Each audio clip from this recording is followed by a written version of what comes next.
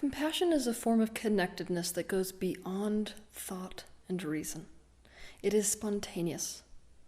Compassion is a feeling of connectedness that naturally arises when we experience sympathetic commonality with someone else.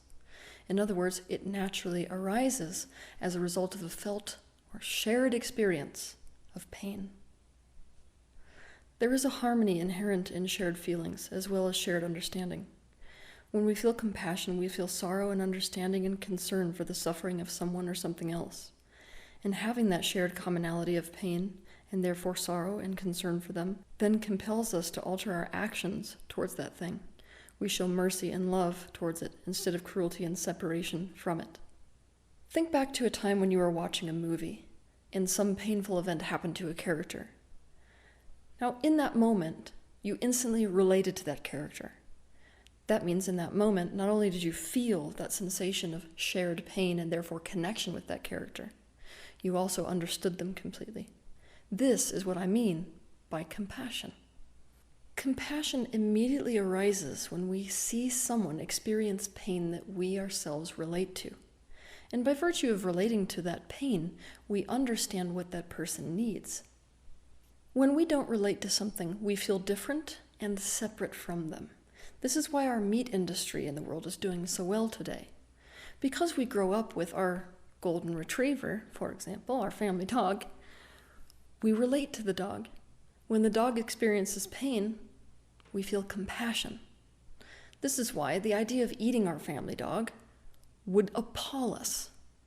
However, most of us, we don't relate to cows. We don't feel a shared commonality with them. We don't relate to the pain. Therefore, it's easy for us to sit down and eat a hamburger. As a person who has a commonality of pain with somebody, we are incapable of inflicting that same pain on that person because we know how it feels. This is why it's so common for people who have experienced severe abuse to just stop eating meat altogether. We feel no compassion for and therefore propagate cruelty towards things we don't relate to. If we identify ourselves as totally sane, we will have no compassion for people who are mentally ill.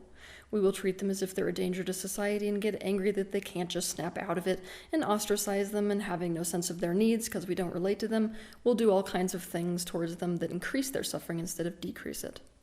Another example is we feel no compassion towards spiders. We'll stomp on them and crush them with the heel of a shoe and think that the action's a good one.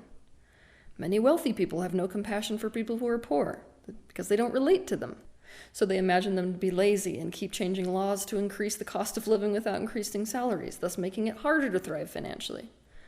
The bottom line is no real positive and effective change can come to a person from a person who does not relate to them deeply enough to understand their perspective and subsequently needs. Today I'm going to make the idea of compassion so simple for you that you will never be able to forget it. I'm going to make it so it isn't abstract, so that you can never use the excuse that you don't know how to be compassionate. Compassion naturally arises when we relate to someone's suffering. Therefore, all we must do in order to feel compassion and know what action to take towards that thing is to deliberately look for how you relate to their pain. If we're terrified to look for how we relate to someone, we have to look at that. What would be so bad about us relating to this person? What would be so bad if our suffering was the same? What would be so bad if I connected to them? If I considered myself to be same instead of different to them? Now here's the thing. We need to compassionately challenge the answers or the thoughts that arise as a result of asking those questions. We need to compassionately caretake the aspect of us that is too terrified to be vulnerable enough to relate to someone's suffering because of the consequences that we think are going to happen when we do that. Compassion only happens when you're maintaining the idea that you're different from something. Having compassion begins with looking for how you're the same as something. Do the opposite of what your ego naturally does, which is to look for how you're different to it. Therefore, if you're struggling to have compassion for something, dedicate time to being present with that thing, learning about that thing and understanding it. From there, if it hasn't happened already, deliberately look for ways that you are the same as that thing. From there, see if you can look for ways that you relate to their pain. How is your pain the same as their pain? Can you identify their pain? Look back over the course of your life. When did you experience pain like that? Remember what that felt like. Remember what you thought. What did you really need back then when you were in that pain? The connectedness of compassion naturally arises when we assume this perspective, instead of a perspective where we are separate from them and different to them. If we have a bankruptcy of compassion towards things that are external to us, it is an indication that we have a bankruptcy of compassion towards things that are internal to us. The reason for this is fragmentation.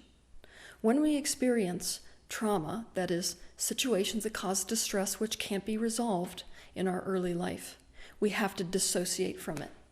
To dissociate is to make yourself separate from an experience or separate from something. Do you see where this is starting? Our consciousness splits when we do this as a matter of self-preservation.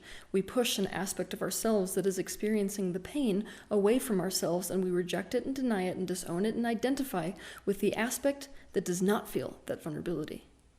But because we have no way of becoming two different people at that moment, instead our sense of self becomes fragmented. So even though we have one body, within that body, we end up with multiple internal selves, some of which we bury into the subconscious and never allow to see the light of day. To understand how this process happens in depth, watch my video titled Fragmentation, the Worldwide Disease. When we split off from and disidentify from an aspect within us so that that splitting occurs, we naturally stop relating to it. We tell ourselves, no, that's not me. Nope. And so obviously we lose our compassion for it. But the thing is it's part of us. So if we lose compassion for a part of us, we're demonstrating cruelty towards a part of us. And we feel that in our own embodiment. This is why we're capable of propagating the same abuse that was done to us as children. This is why our parents can force us to abandon our true dreams in favor of doing something rational and practical of their choosing.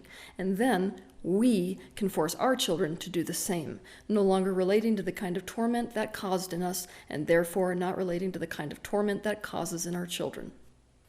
In order to release ourselves from suffering, we need to reintegrate these aspects of us. We need to relate to them again. We need to pull them closer so that they feel as if they're part of us again, the opposite of push them away. To do this, we take the same approach that we would to another person when it comes to compassion, only this time towards that part of ourselves that we're pushing away.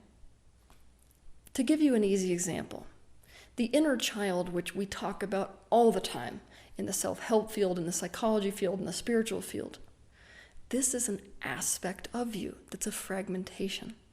So we develop self-compassion when we're present with the inner child within us, when we're learning about him or her and understanding him or her. The next steps are easy because you'll naturally relate to it because it's already a part of you. But from there, if it has not naturally happened already, you can deliberately look for ways that you're the same as your inner child. From there, see if you can look for ways that you relate to his or her pain. How is your pain and theirs the same? Can you identify their pain? Let your inner child show you your past. Remember when you experienced that pain. Remember what it felt like. Remember what you thought. Remember what you really needed back then when you were in that pain. How can you provide that for yourself and for other people now?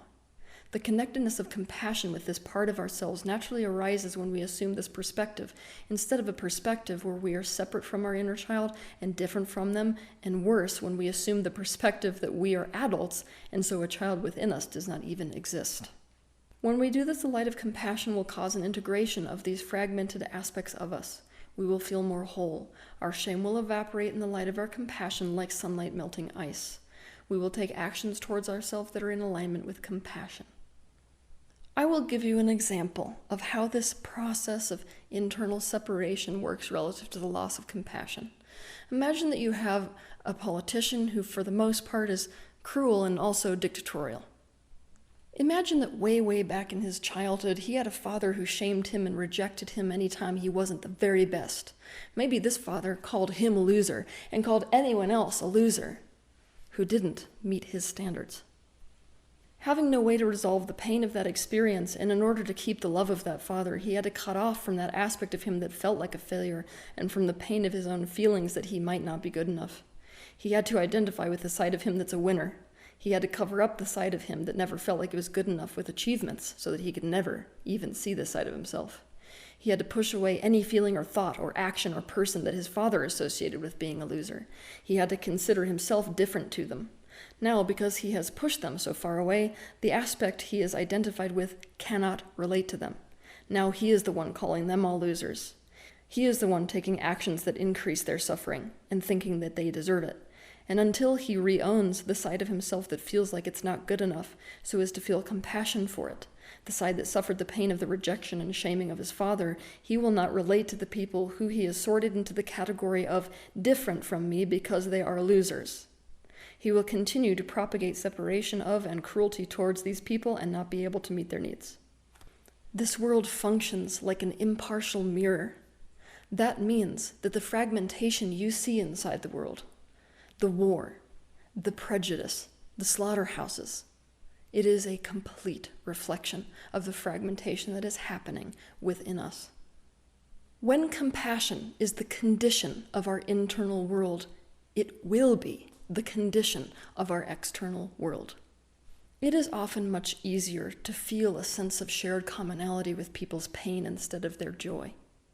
Now, a lot of people argue that we should be feeling compassion and connectedness in our joy, and not just our suffering. And it's not that I don't agree, but the reality is that our joy, it doesn't really need us the way that suffering does. Why? Because it's already working. Joy is not the thing that is causing the issues on our planet. Suffering is. It is our lack of compassion that is creating the issues on this planet. It is the way that we have not made the decision to relate to each other deeply and to see ourselves as the same that is creating the issues on this planet. Compassion is perhaps the single most critical thing for humanity to develop in the world today. And to be quite honest with you, the survival of our species is now completely dependent upon it. It is no longer a luxury.